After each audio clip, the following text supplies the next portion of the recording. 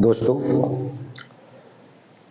हम लोग इस कामगार क्रांति आंदोलन के जरिए अपने और लाखों लाख लोगों को वैचारिक रूप से तैयार करने का अभियान भी साथ साथ में चला रहे हैं। इसी के तहत हम आपको आज़ादी के बाद हम लोगों ने जो हासिल किया उसके बारे में और हमसे जो छीन लिया गया उसके बारे में बातचीत करेंगे। आज गांधी जी ने पूंजीपतियों को, उस समय की कंपनी मालिकों को सलाह देते हुए, समझाते हुए ये कहा था कि आप ये जो मेहनत कश है, ये जो मजदूर है, कर्मचारी है, श्रमिक है, इसकी मेहनत का वाजिब दाम और इन्हें सम्मानजनक जीवन जीने का परिस्थितियां उपलब्ध कराएं, क्योंकि ये लंबे समय तक अपने मानव अधिकारों से वंचित रहे हैं। इन्हें जो मिलना चाहिए वो अंग्रेजों ने नहीं दिया। यदि आप उनके साथ ऐसा ही बर्ताव करेंगे तो ये वो लोग हैं जो शताब्दियों से पीड़ित हैं, वंचित हैं, शोषित हैं, अन्याय के शिकार हैं। और जब इन लोगों का गुस्सा फूटेगा, एकजुट होंगे, तब इनके गुस्से को, इनके आक्रोश को कोई भी ताकतवर हुकूमत नहीं रोक पाएगी, चाहे उसके पास कितनी बड़ी भी फौजी ताकत हो। इसलिए इस स्थिति से बचने के लिए मालिकों को, मेहनतकश वर्ग को उनका हक देना चाहिए, उन्हें सम्मानजनक जीवन जिए, ऐसी परिस्थितियों का निर्माण करना चाहिए।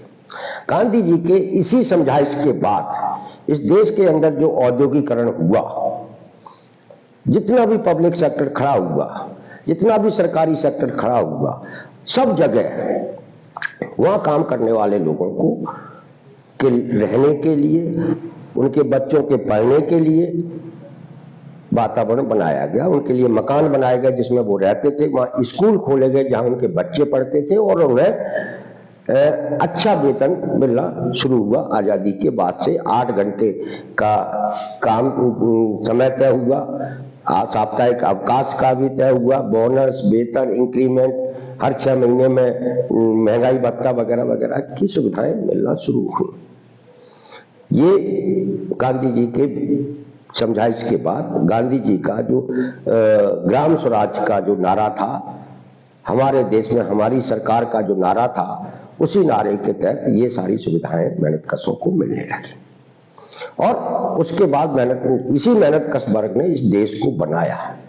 जितना भी आप रेलवे की नेटवर्क देख रहे हैं, किसने खड़ा किया था? मजदूर वर्ग ने, सरकारी सेक्टर में काम करते हुए। दूरसंचार का जितना भी नेटवर्क खड़ा हुआ है, किसने खड़ा किया? मेहनतकश वर्ग ने। जितना भी बिजली का नेटवर्क बना हुआ है, जितनी भी लाइनें बिछी हुई हैं, किसने बिछाई थी? मेहनतकश वर्ग ने। जितनी भी सड़कों का जाल बिछा हुआ है, किसने बिछाया था? मेहनतकश वर्ग ने। जितनी भी बिल्डिंगें बनी हुई हैं, महल बने हुए हैं, किले बने हुए, किसने बनाए थे? मेहनतकश वर्ग ने। उसने इस भारत का निर्माण किया था और जिसके बदले में एक समय तक, जब तक राजनीति में, सरकारों में, ब्यूरोक्रेसी में गांधी जी के विचारों का असर रहा, तब तक मेहनतकश को सब कुछ मिलता रहा। भेल, भोपाल का जो भेल है, वहां आप देख लीजिए कितने काम करने वालों के लिए मकान बने हुए हैं। सब जगह जहां जहां भी था पहले होता था, लेकिन ये सब कुछ आपसे छीन लिया गया। छीना किसने? ऐसी सरकारों ने छीना जो गांधी जी के विचारों को नहीं मानती थी। और उन्होंने ही इस नौकरियों में ये जो अन्यायकारी प्रथा है, इंसानों की खरीद फरोख्त वाली प्रथा है, आउटसोर्स अस्थायी वाली, उसको लागू किया सरकारी और निजी क्षेत्र में। सरकारी सेक्टर मध्य प्रदेश में लगभग खत्म कर दिया गया, सिर्फ वहां अधिकारी इस तरह के लोग बचे हुए हैं। प्राइवेट सेक्टर में भी ये हुआ कि मालिक सरकार से जमीन लेता है, बैंक से लोन लेता है, लेकिन वो मजदूर अपनी नहीं रखता, वो ठेके से मजदूर बुलाता है जिनके साथ अन्याय होता है। ये जो पूरी व्यवस्था आजादी के बाद और पिछले कुछ सालों में तैयार की गई है। ये इसीलिए तैयार की गई क्योंकि गांधी जी के विचारों की हत्या कर दी जाए, और गांधी जी के विचारों की हत्या तभी की जा सकती है जब मजदूर के अधिकारों को छीन लिया जाए, मेहनतकश के अधिकारों को छीन लिया जाए, और इसीलिए आपके अधिकारों को छीनने का सिलसिला लगातार चल रहा है। दुर्भाग्य की बात यह है कि हमारे यहाँ के नेता इस बात पर बोलते नहीं, चुप है। हमारा समाज भी इस मुद्दे पर खामोश है, तमाशा देख रहा है। देखिए मजदूर के साथ कितना बड़ा अन्याय हुआ, इसका एक उदाहरण मैं देता हूं। कोरोना के समय का, कोरोना एक बीमारी आई बुखार की, सर्दी जुकाम की। हमारे प्रधानमंत्री जी ने, भारत सरकार ने एक अचानक सारी ट्रेनें खड़ी कर दी, सारी बसें खड़ी करवा दी, सारे आवागमन के जितने भी साधन से सब खड़े करवा दिए। उस दौरान नतीजा क्या था? 5-5 साल की, 7-7 साल की बच्चियां, बच्चे सड़क पर पैदल चल रहे हैं अपने घर जाने के लिए।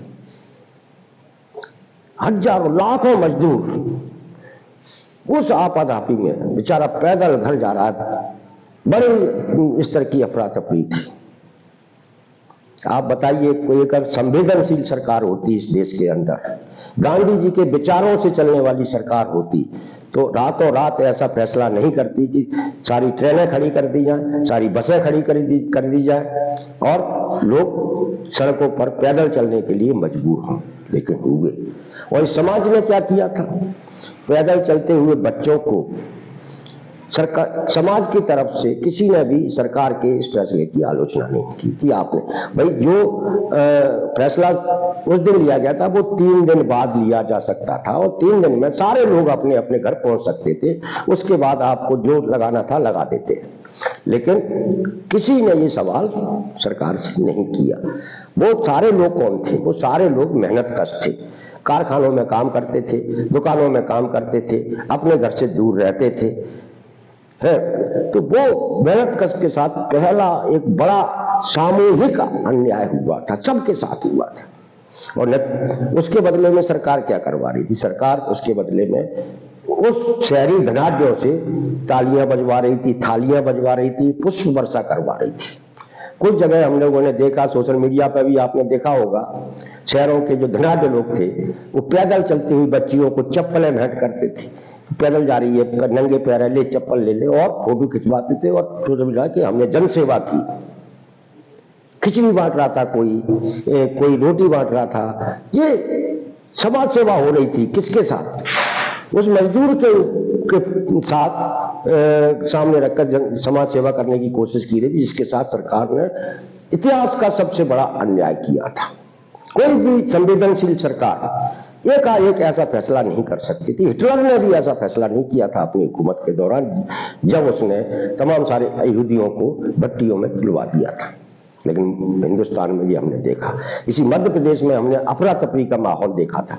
इंदौर में, भोपाल, बड़े बड़े महानगरों में लोग सड़कों पर पैदल जा रहे थे। ये पूरा समाज एक असंवेदनशील समाज में तब्दील कर दिया गया है, खास करके वो धनाढ्य वर्ग। और वो धनाढ्य वर्ग यही चाहता है कि उसे सस्ते नौकर मिले, सस्ते नौकर 3000, 5000, 6000, 8000 में। और उसी धनाढ्य वर्ग के लिए इस सरकार ने ये नीति बनाई है नौकरियों में अस्थायी आउटसोर्स प्रथा की। तो साथियों, ये जो लड़ाई है हमारी, ये लड़ाई कोई छोटी मोटी लड़ाई नहीं है।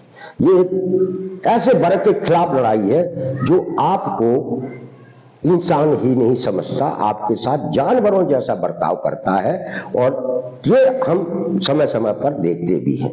अभी हाल ही में आप देखिए, रेलवे स्टेशनों पर जो भीड़ है वो किसकी है? मजदूरों की। लेकिन उनके लिए रेलों में जगह नहीं है, क्योंकि उनकी रेलें हैं ही नहीं।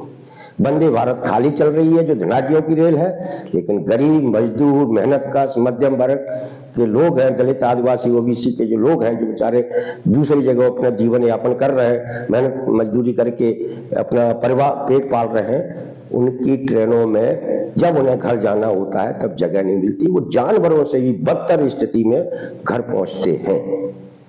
इस हाल कहने का तात्पर्य है कि सरकार ने जो नीति बनाई है अस्थायी आउटसोर्स प्रथा वाली, वो है आप सब लोगों को इस अस्थायी आउटसोर्स ठेका श्रम में कर्मचारियों को जिंदा लाश में तब्दील कर दिया गया है। न आप बोल पा रहे हैं, न विरोध कर पा रहे हैं, और समाज की तरफ से भी और लोगों की तरफ से भी और नेताओं की तरफ से भी आपके हक के लिए कोई आवाज नहीं उठ रही, सवाल नहीं उठ रहा। हमारा कामगार क्रांति आंदोलन आपके हक और अधिकार की बात करते हुए एक ऐसे संघर्ष का निर्माण कर रहा है जो आपके जीवन को आर्थिक रूप से बेहतर बनाने का रास्ता बनाएगा। आप इस अभियान का हिस्सा बने रहिए। इस वैचारिक अभियान को जो हम वीडियो के जरिए आप लोगों के बीच में चला रहे हैं, उसे अधिक से अधिक लोगों तक पहुंचाइए। नमस्कार, अगले दिन नए विषय के साथ फिर मिलेंगे। धन्यवाद।